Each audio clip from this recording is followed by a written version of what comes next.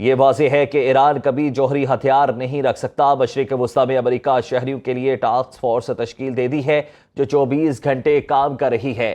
امریکی شہری کسی صورت بھی ایران کا دورہ نہ کریں۔ ترجمان امریکی محکمہ خارجہ ٹیمی بروس کی واشنگٹن میں پریس بریفنگ۔ کہا، امریکی شہریوں کے لیے ٹریول ایڈوائزری جاری کر چکے ہیں۔ شہریوں کو باخبر رکھنے کے لیے گزشتہ ہفتے تقریباً 30 سیکیورٹی الرٹس جاری کیے۔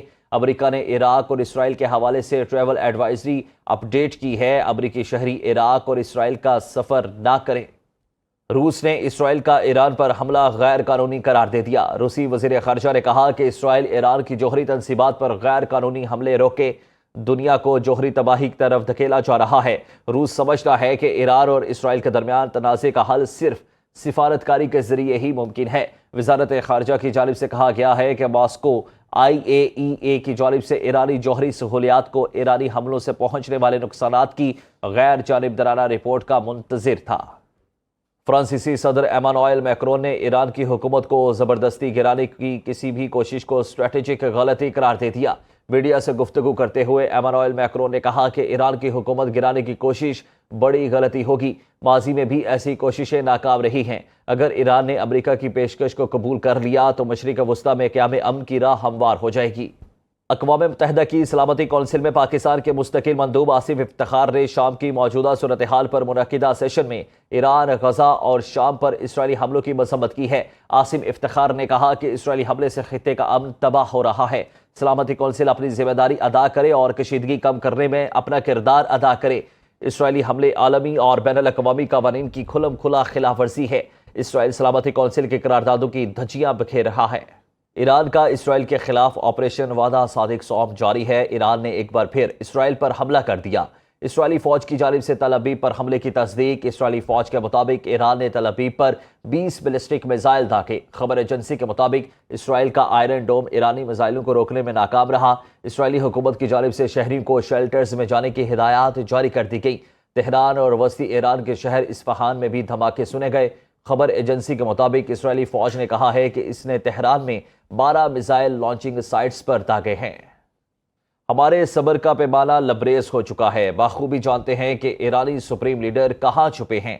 وہ ایک آسان ہدف ہیں لیکن ابھی کے لیے وہاں محفوظ ہیں۔ امریکی صدر ٹرمپ کا سوشل میڈیا پر نیا پیغام۔ کہا، ہم نہیں چاہتے کہ شہریوں یا امریکی فوجیوں پر میزائل داغے جائیں۔ امریکی صدر نے ایران کی فضاؤں پر مکمل کنٹرول کا دعویٰ بھی کر دیا ہے۔ کہا، ایران کے آسمانوں پر ہمارا مکمل کنٹرول ہے۔ ایران کے پاس اچھے اسکائی ٹریکرز اور دیگر دفاعی ساز و سامان کافی مقدار میں تھے لیکن ان کا موازنہ امریکی ساختہ اور تیار کردہ سامان سے نہیں ہوتا۔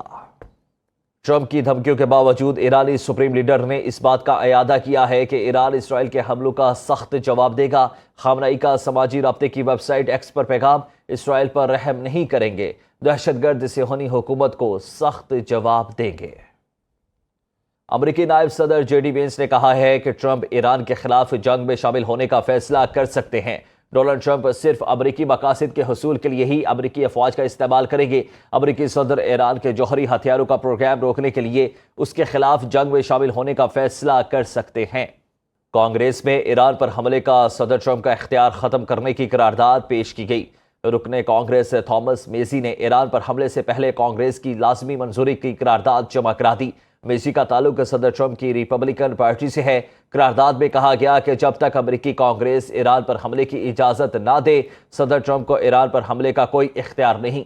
ایران پر حملے کی امریکی کوشش پر صدر ٹرمپ کو اپنی ہی پارٹی سے سخت مزاحمت کا سامنا ہے۔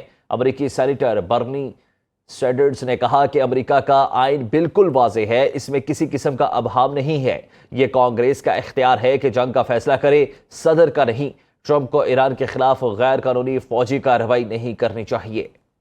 امریکی فوج لڑاکا طیاروں کو مشرق وسطیٰ منتقل کر رہی ہے۔ امریکی حکام کی خبر ایجنسی کی تصدیق۔ مشرق وسطیٰ میں جنگی طیاروں کی تعیناتی سے خطے میں امریکی فوجی قوتوں کو تقویت ملے گی۔ امریکی حکام کے مطابق F-16، 22 اور F-35 طیارے مشرق وسطیٰ منتقل کیے جا رہے ہیں۔ برطانوی میڈیا نے دعویٰ کیا ہے کہ امریکی صدر ٹرمپ ایرانی جوہری تنصیبات پر حملے پر غور کر رہے ہیں۔ برطانوی میڈیا کا کہنا ہے کہ ڈونلڈ ٹرمپ ایران کی جوہری تنصیبات، خصوصاً فردو کے مقام کو نشانہ بنانے کے لیے اسرائیل کے ساتھ ممکنہ مشترکہ کارروائی پر غور کر رہے ہیں۔ جبکہ ٹرمپ کے قریبی مشیروں میں اس حملے کے حوالے سے مکمل اتفاق رائے نہیں پایا جاتا۔ یہ واضح ہے کہ ایران کبھی جوہری ہتھیار نہیں رکھ سکتا۔ مشرق وسطیٰ میں امریکہ شہریوں کے لیے ٹاسک فورس تشکیل دے دی ہے جو 24 گھنٹے کام کر رہی ہے۔ امریکی شہری کسی صورت بھی ایران کا دورہ نہ کریں۔ ترجمان امریکی محکمہ خارجہ ٹیمی بروس کی واشنگٹن میں پریس بریفنگ۔ کہا، امریکی شہریوں کے لیے ٹریول ایڈوائزری جاری کر چکے ہیں۔ شہریوں کو باخبر رکھنے کے لیے گزشتہ ہفتے تقریباً 30 سیکیورٹی الرٹس جاری کیے۔ امریکہ نے عراق اور اسرائیل کے حوالے سے ٹریول ایڈوائزری اپ ڈیٹ کی ہے۔ امریکی شہری عراق اور اسرائیل کا سفر نہ کریں۔